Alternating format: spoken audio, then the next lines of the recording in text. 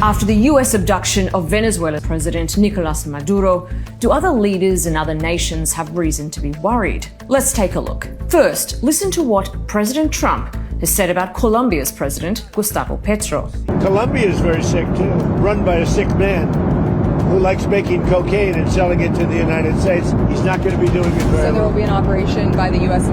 It sounds good to me.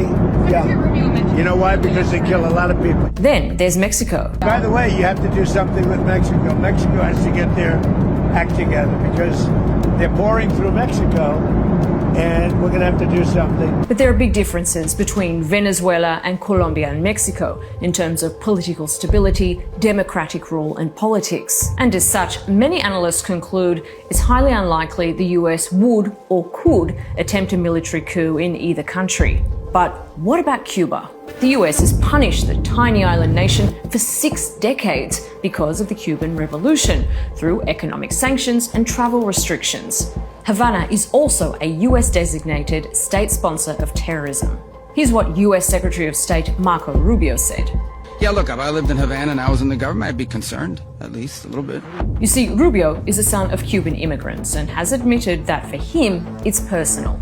He's a vocal opponent of Latin America's leftist leaders and is credited with crafting Trump's hardline approach. Is the Cuban government the Trump administration's next target, Mr. Secretary?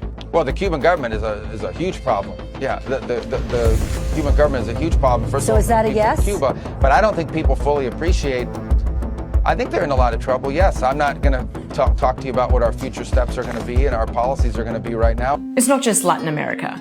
There's one other country that's been in the US's crosshairs for decades: Iran. The US and Israel bombed Iran in June. Could the US use strikes to trigger the collapse of the Islamic Republic? Well, right now, it doesn't seem so far-fetched. There's been protesters killed in Iran. You said we were locked and loaded, ready to go. What is the line there for when the U.S. is going to get involved in those protests? We'll take a look. We're watching it very closely. If they start killing people like they have in the past, I think they're going to get hit very hard by the United States. All this from a president who promised to end American wars.